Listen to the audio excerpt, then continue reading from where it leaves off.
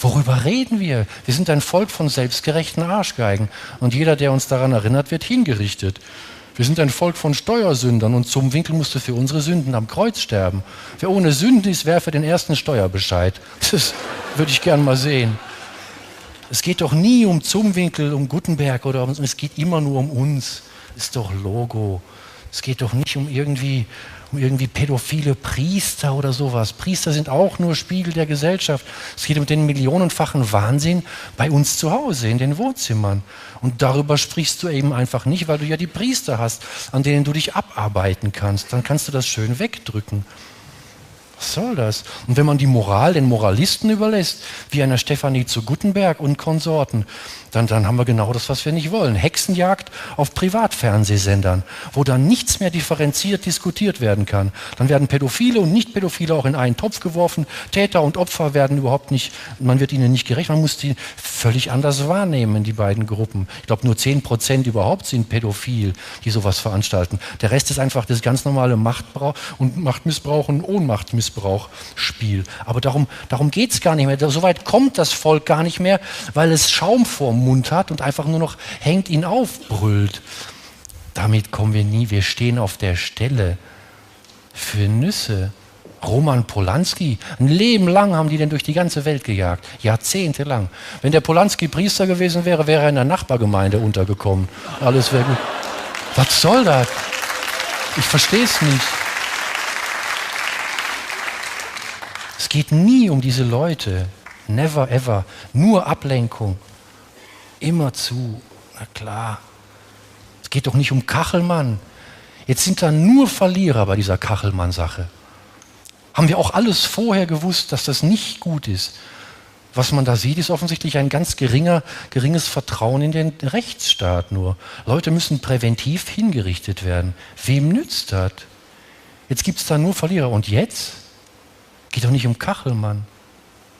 Nie. Wir haben wieder nicht über uns gesprochen. Jetzt sind da nur Verletzte und Tote nach dem ganzen Wahnsinn. Wie war das? Jede 5. Frau ist Opfer sexueller Gewalt in Deutschland. Das sind hier 40 Frauen im Saal. Und die Täter sitzen zahlenmäßig unter uns. Das ist doch nicht lustig.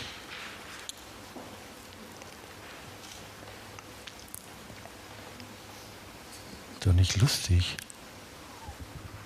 Das ist nicht mal langweilig. Kachelmann. Da wird medial immer der Mob zum Kochen gebracht und dann haben wir das Mittelalter hier wieder.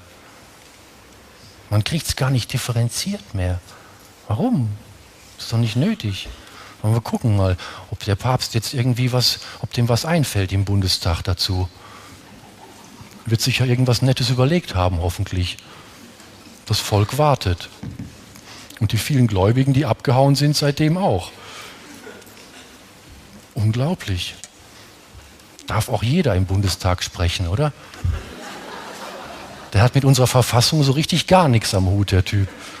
Der findet Schwule krank und hat, glaube ich, über 2000 Exorzisten rausgehauen in seiner kurzen Amtszeit. Wieso darf der Chefteufels-Austreiber im Bundestag reden? Geht's noch? Wieso reden Geistliche jetzt in Parlamenten? Das ist doch das, was wir woanders immer ganz schrecklich finden. Ich finde, Religion ist doch... Hä?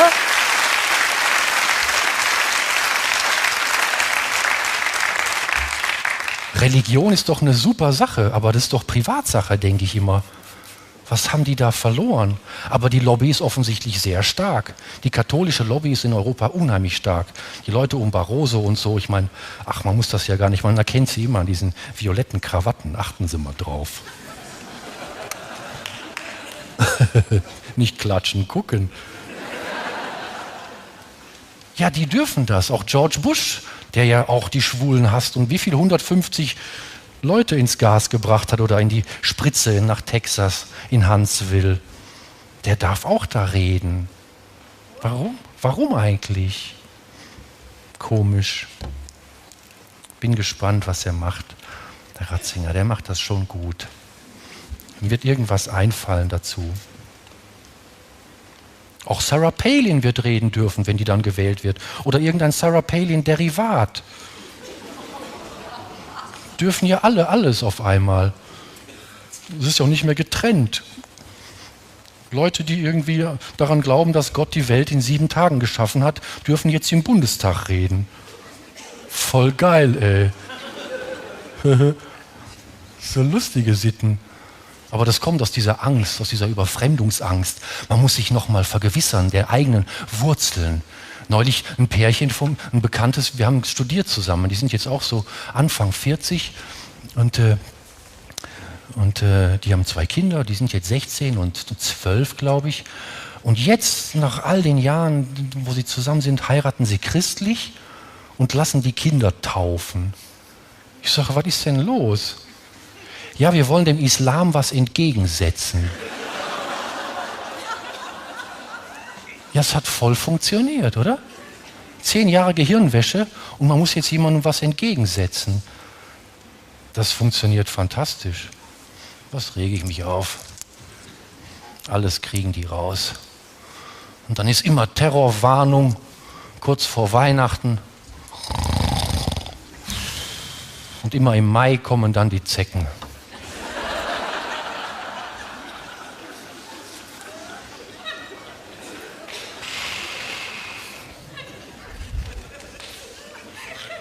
Wahnsinnig.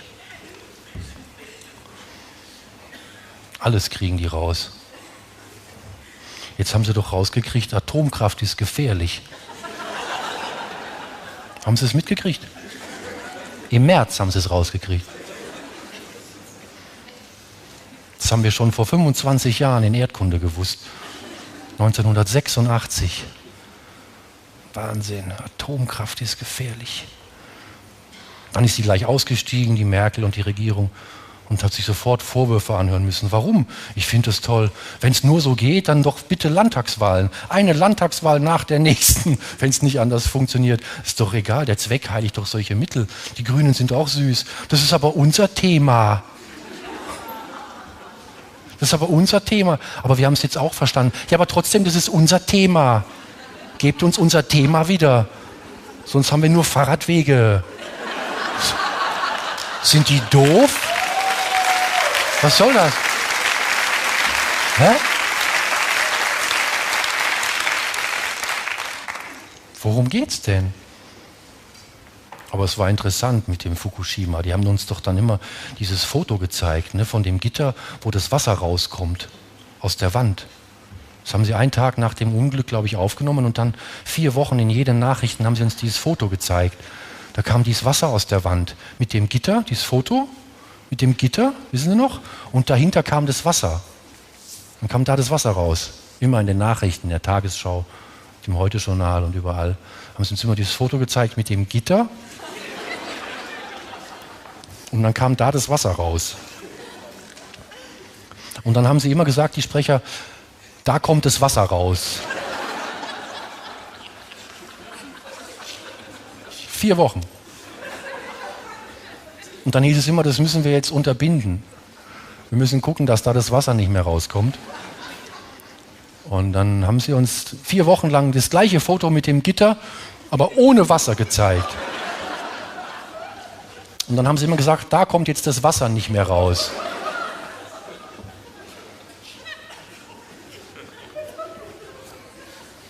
Die machen Sesamstraße mit uns. Und immer wenn ich es überhaupt nicht mehr verstanden habe, dann kam Tscherno.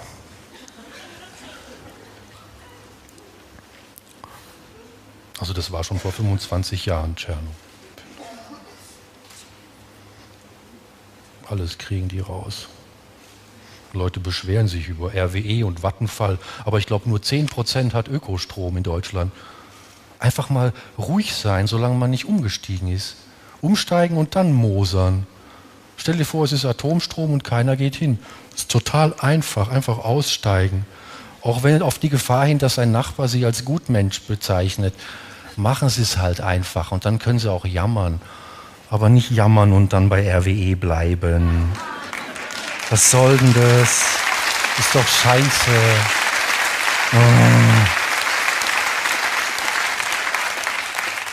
Über Wiesenhof, Hühner sich aufregen, aber weiter Fleisch essen.